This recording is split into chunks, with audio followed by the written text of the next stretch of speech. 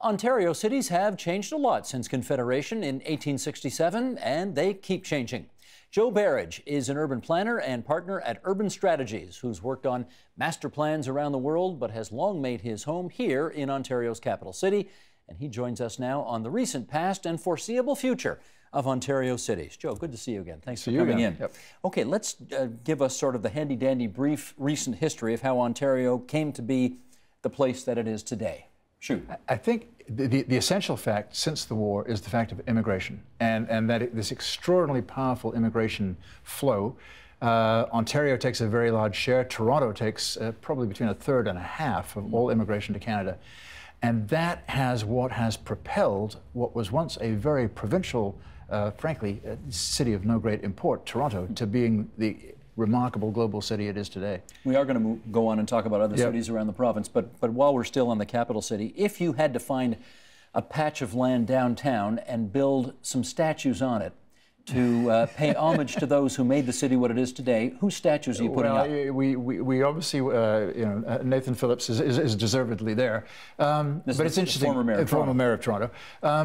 But what's fascinating is that, to pick up on Robert Fulford's wonderful title of his book, Accidental City, we've actually become the accidental metropolis. And the first thing that happened to Toronto really was the Pierre Elliott Trudeau's change when he was Minister of Justice to the Immigration Act, which essentially broadened the doors and increased the numbers of all the different kinds of people who come to Toronto. And you can see it quite dramatically. The Toronto before '67 was the Toronto of the McLeans, the Browns, the Smiths, the Collins. White Europeans. White Europeans.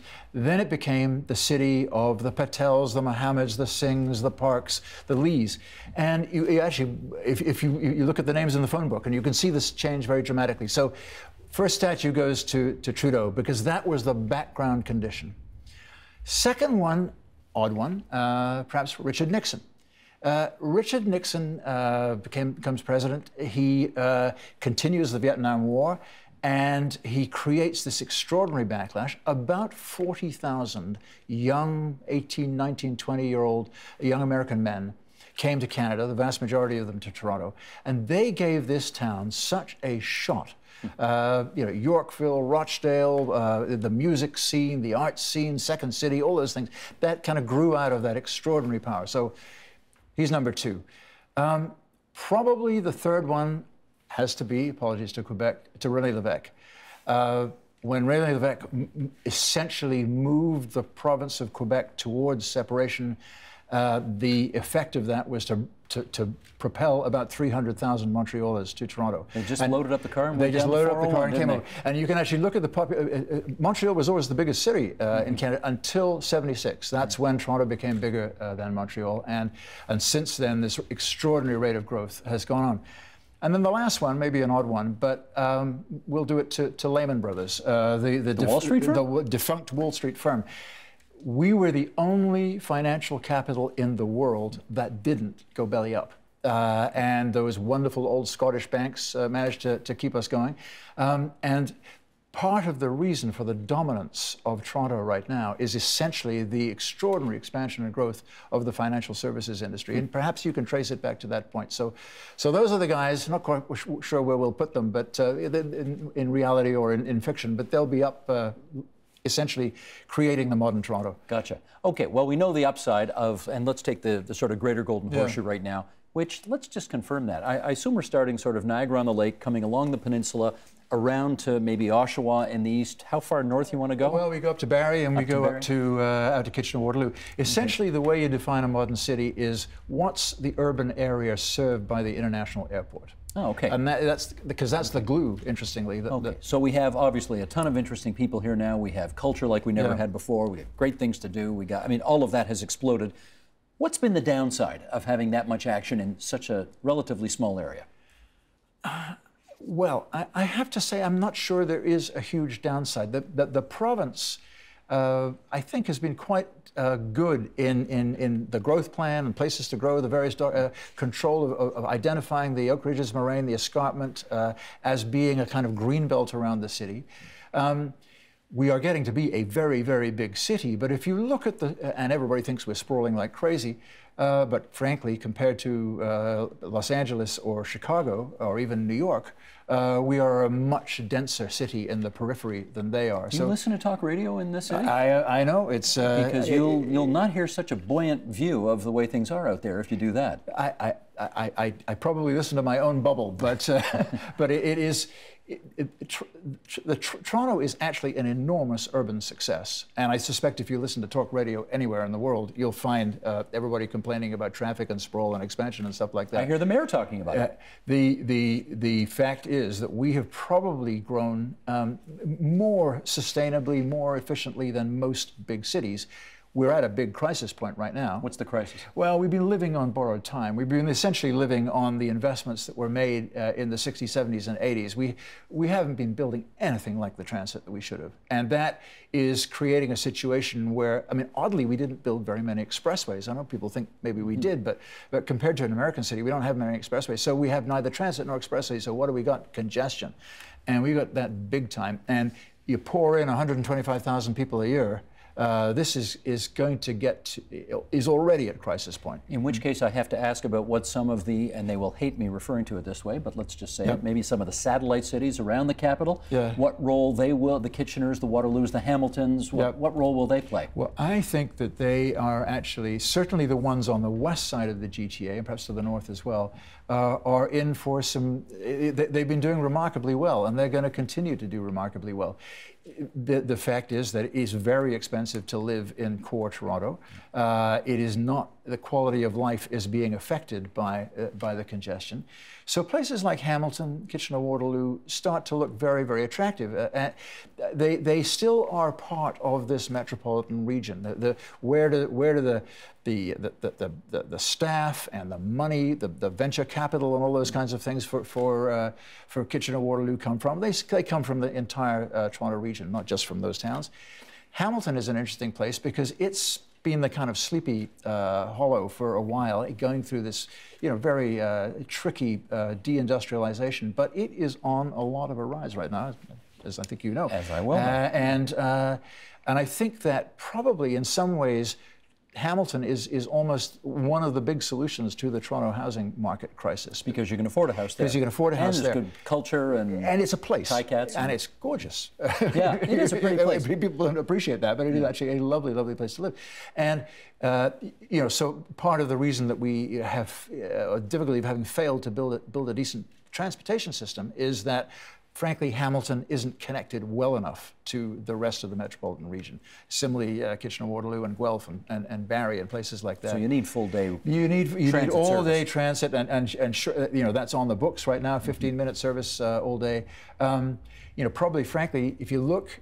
See, we're now in a league. We're in the league with the New Yorks, the Londons, the Parises. We have to look at what they're doing. Well, let me follow up on that if you don't mind, because it feels like here, you tell me if I'm wrong, but it feels like here you need federal, provincial, and municipal agreement on darn near everything that you want to get done that's major here, and I wonder if that's the case in other big cities in the world. No, and this is actually the other crisis that's going to hit us, which we've got the transit crisis, the housing crisis, and then the governance crisis, which is that there isn't really any effective way to solve the first two crises. In order to get a transit line funded, it takes half a dozen years to plan the thing, by which time, with the revolving dial of each level of government, you've been through 3 or 4 cycles, and this is a problem. So, well, take London for example. Yeah, I mean, if you wanted to build a new arm of the underground, how do they do it? Well, basically, they have an independent authority called Transport for London that is extraordinarily effective. They draw their money from the national government, from the city government, and also a lot from private finance.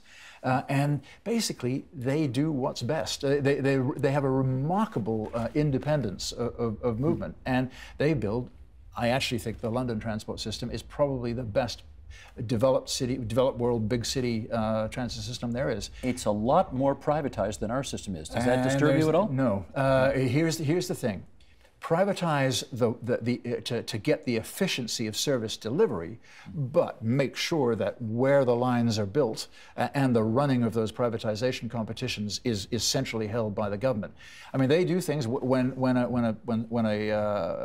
of the transit lines, one of the underground lines doesn't work on time properly, they fire the operator and they get another one in, and they have no compunction in doing that. It's a very good balance of achieving strong public goals with very efficient private implementation. Now, you pointed out we've got, between 100 and 200,000 people moving into the Greater Toronto Area every year. Is there a way to encourage immigration to other parts of the province rather than having almost all of it come here all the time? I mean, it is almost the natural way, which is that as Toronto gets more and more expensive, and as perhaps the kind of housing that people coming into the city want isn't available, yes, you're going to see people making other choices, or perhaps they land here first and then they go out to the other places. And frankly, you can see that. One of the really nice things about going around to the Kingstons, the Sudburys, the Kitchener-Waterloos, even to the Bancrofts, is you suddenly see there are lots of Asian people. There are lots of non-whites. They're more multicultural than you think. Much more multicultural You than you like think. Sudbury, don't you? I love Sudbury. How come?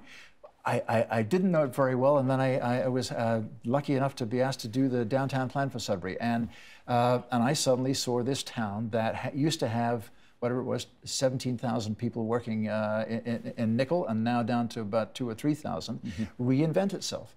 And what's fascinating about Sudbury is, and again, why Sudburyans should feel proud of themselves, is if you look at the American equivalent towns, the Flint, Michigan type towns, or the north of England coal mining towns, none of those have reinvented themselves in the same way. So it's a great credit to doing the key building blocks, the university, which obviously you know well, the hospital. More and more professional offices are moving in there now, and all of a sudden, because the metropolis is critical to their success, there are lots more flights back and forth a day.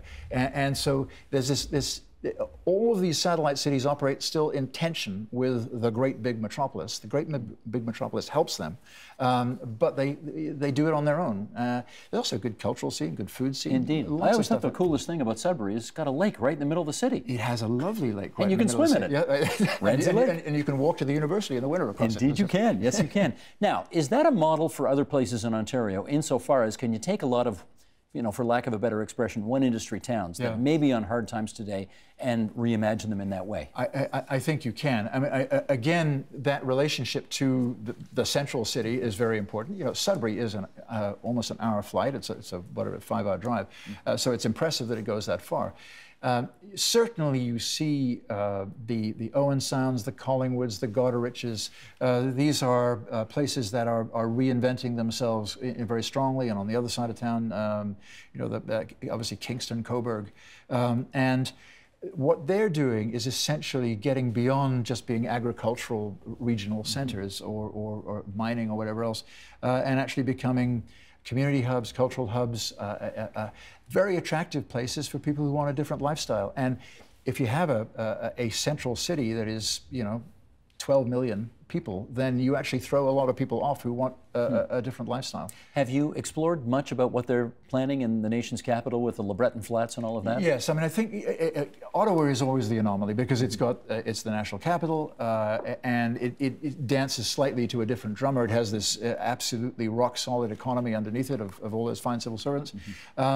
But they are beginning to get to be an interesting place as a city, which I must admit, yes, I like the ceremonial part of Ottawa, but I also like the LeBreton Flats, the market area. Very interesting things going on at the University of Ottawa, and so you're seeing a kind of urban consciousness as Ottawa as a place, as a city, as well as it obviously being the national capital. I wonder whether the outrageous housing prices in Toronto have, in a weird kind of a way, encouraged people to look further afield. They absolutely have, and I have children who are in the home buying age, and I see exactly their problem, and they say, Hamilton, Stratford, Kingston, and you're going to see more and more of that happening, which is great. I do a lot of work in the UK, and obviously London house prices are even more exaggerated than ours. What you're seeing is the sort of penumbra of towns like Cardiff and Bath and Bristol, all benefiting from secondary office space from people moving out there because there's a great lifestyle. So this rising tide of the central city actually lifts a lot of boats around. Let's finish up on that, because I presume we don't want an Ontario where 3/4 of the people actually live in and around Toronto, and then the rest of it is all sparsely populated. No, and what's interesting is that again, if you look at upstate New York is losing population second only to North Dakota. We are actually gaining population everywhere, from Thunder Bay to Cornwall, and this is very impressive for the province to do that, and that's why immigration is so important. So yes, the vast majority of immigrants come to the central city, but enough of them go out to other places to give that spark, because immigration is the key to a successful urban economy and a successful province. Amen. Joe Berridge, great to see you again. Thanks so much for this tonight. My pleasure. Thank you. Help TVO create a better world through the power of learning. Visit TVO.org and make a tax-deductible donation today.